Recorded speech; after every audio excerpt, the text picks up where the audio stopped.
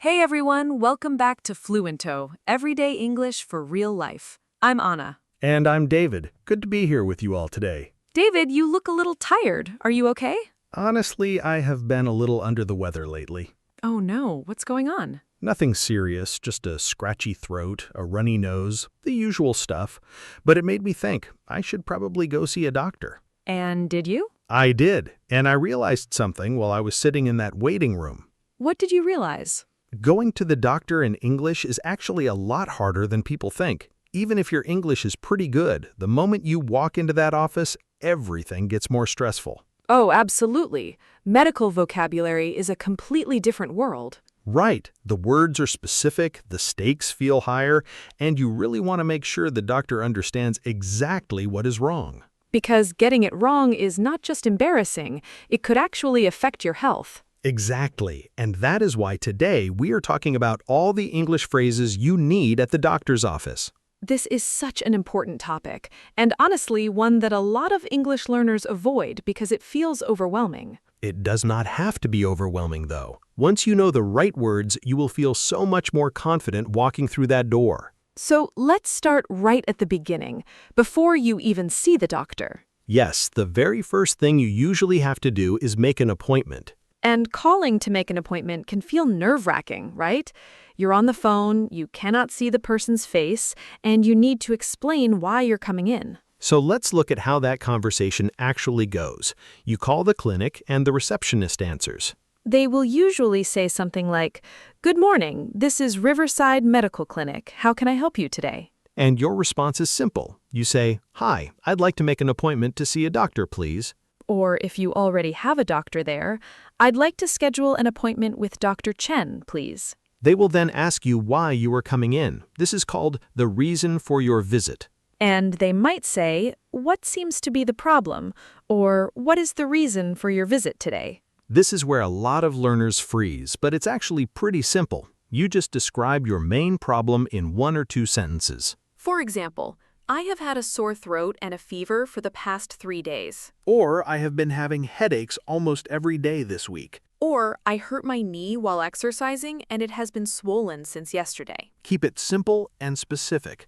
When did it start and what exactly is happening? After that, they will ask for your information, your name, date of birth, insurance details if you are in the US, and they will confirm the appointment time. And one very useful phrase, if the first available time does not work for you, you can say, "Do you have anything earlier?" or "Is there anything available in the morning?" Perfect. So now you have your appointment. Let's jump forward to the day you actually go in. You arrive at the clinic and you check in at the front desk. You say, "Hi, I have an appointment at 2 o'clock. My name is David Park." The receptionist will confirm your details, give you some paperwork, and ask you to take a seat in the waiting room. And that paperwork, oh, the paperwork. Yes, in many English-speaking countries, especially the US, you'll fill out forms before you see the doctor. Medical history forms, insurance forms, consent forms. These forms ask things like, do you have any allergies? Are you currently taking any medications? Have you ever had surgery? These are also phrases the doctor will ask you later, so let's make sure you know how to answer them. If you have no allergies, you say, "No known allergies," or just, "I have no allergies that I know of." If you do have an allergy, "I am allergic to penicillin," or "I have a severe allergy to shellfish." For medications, "I am currently taking blood pressure medication," or "I take a daily vitamin and that's it." And if you had surgery before, "I had my appendix removed about 5 years ago," or "I had a knee operation when I was younger." Great. Now, before we go further into the actual appointment, if this lesson is helpful, please take a second to hit the like button and subscribe to Fluento. Yes, we upload a brand new English lesson every single day, so make sure you hit the bell so you never miss one. And we want to hear from you. Leave us a comment below. Have you ever had a difficult experience at a doctor's office in English? Tell us what happened. We read every single one. Okay, so you're in the waiting room, they call your name, you walk into the examination room. And the first person you usually see is not the doctor, it's the nurse. The nurse will take what are called your vital signs. That means your blood pressure, your heart rate, your temperature, and your weight. They might say, I'm just going to take your blood pressure, or can you step on the scale for me? They will also ask, are you in any pain right now? On a scale of 1 to 10, how would you rate your pain? This scale of 1 to 10 thing is very common in English-speaking medical settings. 1 means almost no pain. 10 means the worst pain you've ever felt. So if something hurts quite a bit, you might say, I would say it's about a 6 or 7. It's pretty uncomfortable. Or if it's mild, it's maybe a 3. It comes and goes. And then the doctor comes in. This is the moment that matters most. You need to explain your symptoms clearly. A symptom is a sign that something is wrong with your body, what you feel, what you notice. The doctor will almost always start with, so what brings you in today?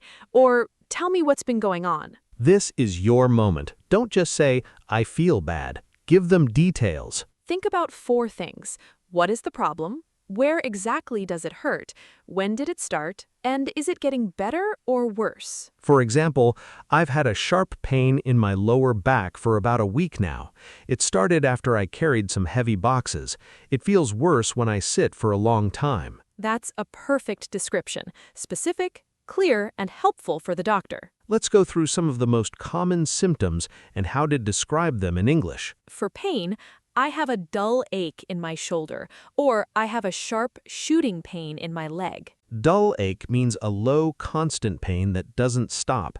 Sharp pain means a sudden, intense pain. For breathing problems, I've been feeling short of breath when I climb stairs, or I've had a tight feeling in my chest. For stomach problems, I've been feeling nauseous, or I've had an upset stomach for 2 days, or I've been having stomach cramps. For headaches, I've been getting headaches behind my eyes, or I have a throbbing headache that started this morning. Throbbing means it pulses, like a heartbeat, but in your head. For skin issues, I have a rash on my arm that has been itching, or I noticed a new mole on my back that looks different. For fatigue, I've been feeling exhausted even though I'm sleeping enough, or I have no energy lately, even in the morning. These descriptions help the doctor understand not just what's wrong, but how serious it might be. Now the doctor will ask follow-up questions, and these are important to understand. They might ask, how long have you had this? And you say, it's been about 4 days, or it started last Tuesday. They might ask, does anything make it better or worse? And you say, it feels worse at night, or it gets better when I take ibuprofen. They might ask, have you had this before? And you say, yes, I had something similar last year. Or, no, this is the first time. Or is it constant or does it come and go? And you say, it comes and goes, or it is pretty much constant. And sometimes the doctor will say something you do not understand. This happens to everyone, not just language learners. Medical words can be very confusing. So it is completely okay to say, sorry, could you explain that in simpler terms? Or, I'm not sure I understand. Could you say that again? Or, what does that mean exactly? Doctors are used to explaining things. Do not be afraid to ask. Another important phrase, what are my options? Or, what do you recommend? And if they prescribe something, what is this medication for? Or, are there any side effects I should know about? Side effects are unexpected things that can happen when you take a medication, like feeling dizzy or nauseous. Also very useful, how long do I need to take this? And do I need to come back for a follow-up appointment? A follow-up is a second appointment to check how you're doing. Okay, let's talk about some situations that can come up that are a little more specific. Right, because not every doctor visit is the same. Sometimes you need to describe a chronic condition. A chronic condition is something you've had for a long time, like diabetes, asthma, or high blood pressure. In that case, you might say, I've been managing type 2 diabetes for about 3 years, or I have asthma and I use an inhaler daily. Or, I have high blood pressure and I'm currently on medication for it. Sometimes you're visiting a specialist. That's a doctor who focuses on one specific area of the body.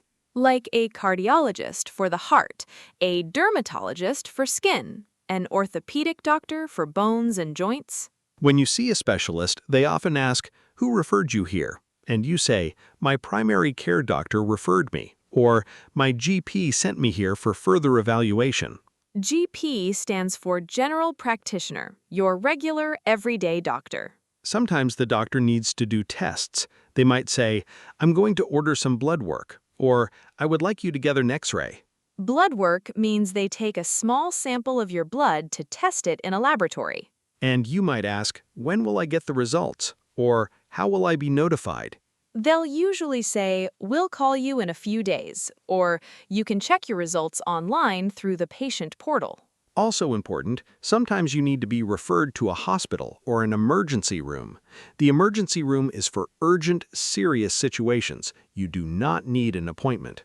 If you're in a very urgent situation, you can say, I need to see a doctor right away, or this is an emergency, or simply, please help me. And at the pharmacy, after the doctor gives you a prescription, you hand it to the pharmacist and say, I'd like to fill this prescription, please. They might ask, do you have insurance? Or are you picking this up for yourself? And if the medication isn't ready yet, how long will it take? Or can I come back in an hour? These are all real phrases that real patients use every single day. And now you know them. I think it's time for our practice dialogue. Let's put all of this together. Yes, in this scene, I'm the patient, and David is going to play the doctor. We're going to show a full appointment from start to finish. Ready when you are. Okay, here we go. Good afternoon. Come on in. So, what brings you in today? Hi, doctor. Thanks for seeing me. So, I've had this really bad headache for about 4 days now. It started on Monday, and it just won't go away. I see. Can you describe the headache for me? Is it sharp, dull, throbbing? It's kind of throbbing, I think, like it pulses. It's mostly on the left side of my head, right behind my eye. And is it constant or does it come and go? It's mostly constant, but it gets a lot worse in the afternoon. And bright light makes it much worse, too.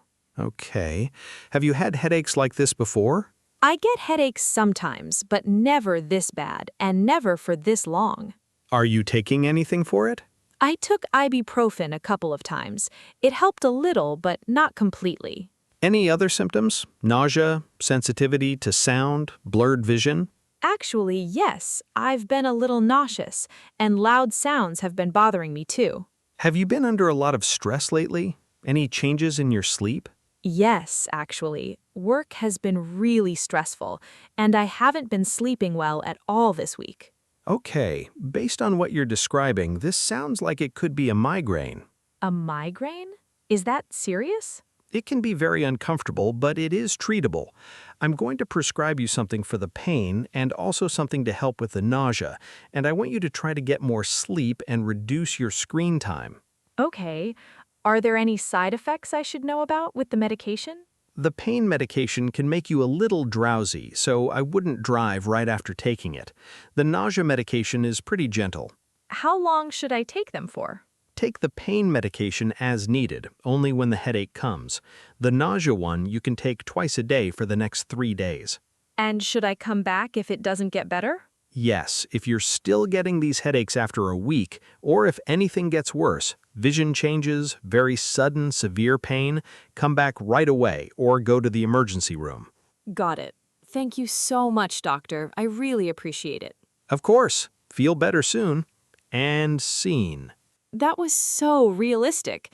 Did you notice how clear and specific the descriptions were? Throbbing, constant, gets worse in the afternoon, bright light makes it worse. All of that gives the doctor exactly what they need. And the patient asked really good follow-up questions. Side effects, how long to take it, when to come back. Those questions are so important. Never leave a doctor's appointment without knowing those 3 things. Okay, before we wrap up, let's do a quick summary of all the key phrases from today's lesson. For making an appointment, I'd like to schedule an appointment, please. What is the reason for your visit? I've had a fever for 3 days. For describing symptoms, I have a sharp pain in my lower back. I've been feeling short of breath. It started about a week ago. It gets worse at night. It comes and goes. For talking to the doctor, what brings you in today? I've been having headaches. I have no allergies. I'm currently taking blood pressure medication. For asking questions, could you explain that in simpler terms? What are my options? Are there any side effects? Do I need a follow-up appointment? And for the pharmacy, I'd like to fill this prescription, please. How long will it take? Do you have a generic version? That last one is a bonus. A generic version of a medication is the same medicine but a cheaper brand. Very useful to know. Always ask for the generic. Your wallet will thank you. We really hope today's episode helps you feel more prepared and more confident the next time you need to see a doctor in English. Because your health is important, and being able to communicate clearly about it is one of the most valuable things you can do. If this lesson helped you, please subscribe to Fluentto, like the video, and share it with someone who's learning English. Leave us a comment. What medical phrase have you always wanted to know in English? We'll answer in the comments. Thank you so much for learning with us today. Keep practicing every single day. And remember, even at the doctor's office, you belong there and you can communicate. See you in the next one. Bye, everyone. Bye.